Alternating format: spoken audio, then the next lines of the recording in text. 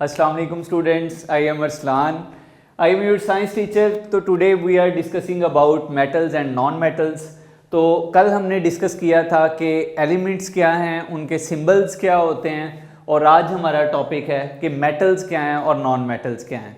Students, मैंने कल आपको बताया था कि फिज़िकल प्रॉपर्टीज़ की बेस पे हम एलिमेंट्स को डिवाइड कर सकते हैं 3 पार्ट्स में, जो कि सॉलिड्स हैं, लिक्विड्स हैं और गैसेस हैं। और केमिकल प्रॉपर्टीज़ की बेस पे हम एलिमेंट्स को 3 पार्ट्स में ही डिवाइड कर सकते हैं, मेटल्स, नॉन मेटल्स और मेटलॉइड्स। आज हम पढ़ेंगे मेटल्स और नॉन मेटल्स के दरमियान क्या डिफरेंस है। अगर हम जनरल एक ओवरव्यू लेने की कोशिश करें तो हमारे जहन में मेटल्स को देख के एक ही कंसेप्ट आता है कि मेटल्स के पास फ्री इलेक्ट्रॉन्स होंगे, मेटल्स जो हैं ये बड़ी शाइनी होती हैं और मेटल्स इलेक्ट्रिसिटी कंडक्ट कर सकते हैं। तो दैट्स ट्रू।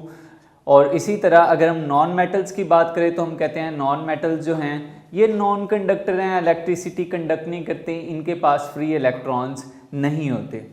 तो हमारे पास बेसिकली कुछ प्रॉपर्टीज़ ऐसी हैं जिनकी बेस पे हम डिफरेंस कर सकते हैं कि मेटल्स कौन से होंगे और नॉन मेटल्स कौन से होंगे। एक तो हमने ये डिटेल में बात करनी है। दूसरे नंबर पे स्टूडेंट्स, मैंने आपको बताया था कि पीरियोडिक टेबल जो है उसमें टोटल 118 एलिमेंट्स पाए जाते हैं और उसमें से ऑलमोस्ट मैक्सिमम अमाउंट में जो एलिमेंट्स हैं वो मेटल्स हैं और नॉन मेटल्स इंतहाई कम है। अब हम डिस्कस करते हैं कि वो प्रॉपर्टीज़ कौन कौन सी हैं जिनकी बेस पे हम मेटल्स को और नॉन मेटल्स को डिफ्रेंशिएट कर सकते हैं। सबसे पहली प्रॉपर्टीज़ है कि लुमिनस सब्सटेंसेस, यानी कि शाइनी सरफेस देखें आप, अगर एलिमेंट की सरफेस शाइनी है तो इट्स मीन वो मेटल है। मेटल्स ऑब्वियसली चमकदार होती हैं, और अगर सरफेस डल है तो हम क्या कहेंगे कि ये नॉन मेटल है। तो हम कह देंगे कि ये शाइनी सरफेस है तो ऑब्वियसली ये एक मेटल है, और ये ज़रा डल होती हैं, इस मामले में चमकदार नहीं होती इतनी ज़्यादा, तो ऑब्वियसली ये नॉन मेटल्स हैं। ठीक है जी। और फिर हम बात करते हैं डक्टिलिटी की। तो डक्टिलिटी बेसिकली एक प्रॉपर्टी है किसी भी एलिमेंट की कि आप उन्हें वायर्स के अंदर खींच सकते हैं, यानी खींच के उनकी वायर्स बना सकते हैं, उनको पुल कर सकते हैं, लंबा खींच सकते हैं। हम देखते हैं कि ये जो तारें हमारे घरों में करंट लेके आ रही हैं, खंभों के ऊपर लगी हुई हैं, ये वायर्स कैसी बनाएगी? कॉपर की ये वायर्स बनी हुई हैं, तो कॉपर को खींच के वायर्स में तब्दील कर दिया गया। अब कॉपर एक मेटल है, तो अब ये जो वायर में कन्वर्ट कर देने की ये जो एबिलिटी है ये डक्टिलिटी कहलाएगी, और कॉपर इटसेल्फ जो सब्सटेंस है वो डक्टाइल कहलाएगा। यानी कि कॉपर डक्टाइल है और उसकी ये जो खसूसियत है कि उसे खींच के वायर्स में तब्दील किया जा सकता है, ये डक्टिलिटी कहलाएगी।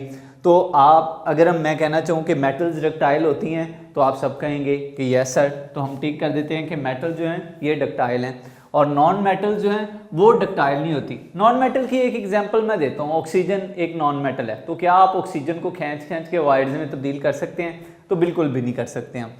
दूसरे नंबर पे हम बात करते हैं जी कि मैलिएबिलिटी क्या है। अब मैलिएबल सब्सटेंसेस कौन से होते हैं? मैलिएबल सब्सटेंसेस ऐसे सब्सटेंसेस हैं जिनको आप प्रेस करके या कूट के आप उन्हें शीट्स की फॉर्म में कन्वर्ट कर सकते हैं।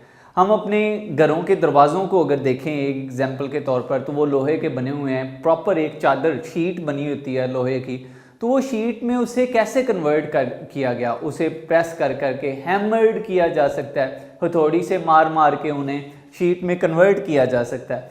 तो ये जो मेटल्स की एबिलिटी है कि उन्हें कूट के हम शीट्स की फॉर्म में कन्वर्ट कर सकते हैं, तो ये एबिलिटी क्या कहलाती है? उनकी मैलिएबिलिटी कहलाती है। जैसे आयरन को हम कन्वर्ट कर सकते हैं, कॉपर को कन्वर्ट कर सकते हैं, सिल्वर को ऐसे शीट्स की फॉर्म में, एल्यूमिनियम को हम शीट्स की फॉर्म में कन्वर्ट कर सकते हैं, और ये सब्सटेंसेस इटसेल्फ कहलाएंगी मैलिएबल, और इनकी ये जो एबिलिटी है या ये जो प्रॉपर्टी है इनकी, वो मैलिएबिलिटी कहलाएगी। तो अब हम कहें कि क्या मेटल्स मैलिएबल होती हैं? Yes, metals are malleable.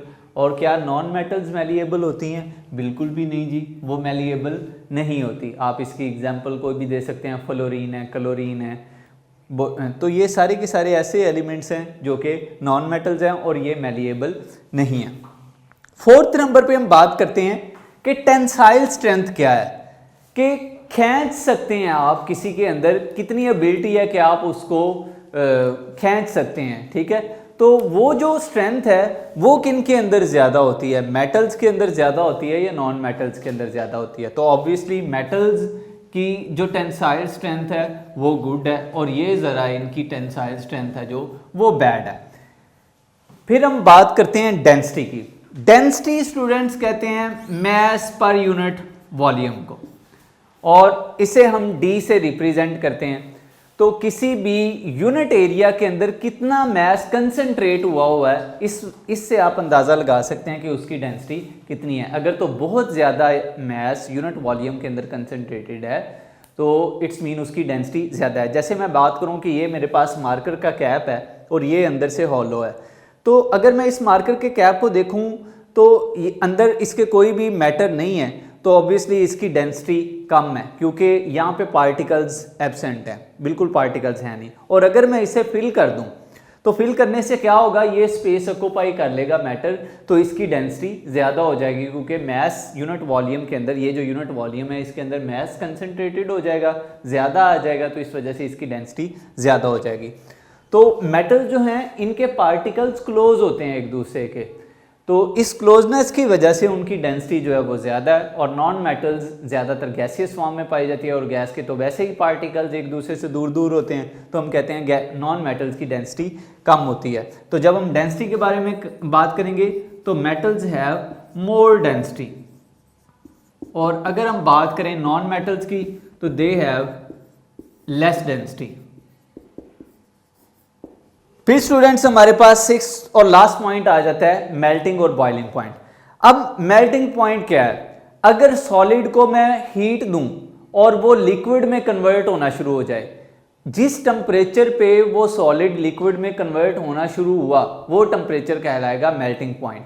और इसी तरह अगर मैं लिक्विड को हीट करता रहूं अनलेस वो बॉयल करना शुरू कर दे, तो वो जिस टेम्परेचर पे जाके कोई लिक्विड बॉयल करना शुरू होगा और गैसियस फॉर्म में कन्वर्ट होना शुरू होगा वो बॉइलिंग पॉइंट कहलाएगा। लिक्विड किसी भी चीज़ के मेल्टिंग और बॉइलिंग पॉइंट डिपेंड करते हैं उनकी डेंसिटी के ऊपर। अगर डेंसिटी ज़्यादा है तो ऑब्वियसली उनके मेल्टिंग और बॉइलिंग पॉइंट भी ज़्यादा होंगे।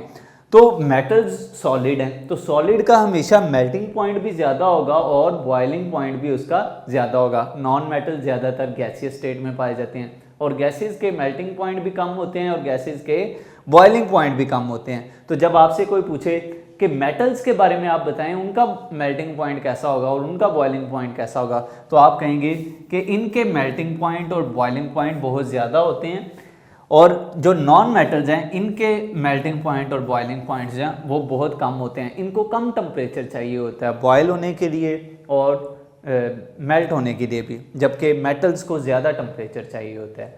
तो ये था स्टूडेंट्स आज का टॉपिक, जिसमें हमने पढ़ा कि मेटल्स और नॉन मेटल्स के दरमियान क्या डिफरेंस है, वो प्रॉपर्टीज़ हमने देखी जिनकी बेसिस पे हम डिफ्रेंशिएट कर सकते हैं मेटल्स को और नॉन मेटल्स को। अब आपने स्टूडेंट्स क्या करना है, होमवर्क के लिए आपने एक्सरसाइज में दिए गए क्वेश्चन नंबर 3 के 3 पार्ट्स आपने सॉल्व करने हैं शॉर्ट क्वेश्चंस के, ये आपने अपनी कॉपीज़ के अंदर नोट डाउन कर लेने हैं। तो ये था हमारा आज का टॉपिक। होप सो आप सबको समझ आ गई होगी। Thank you so much student.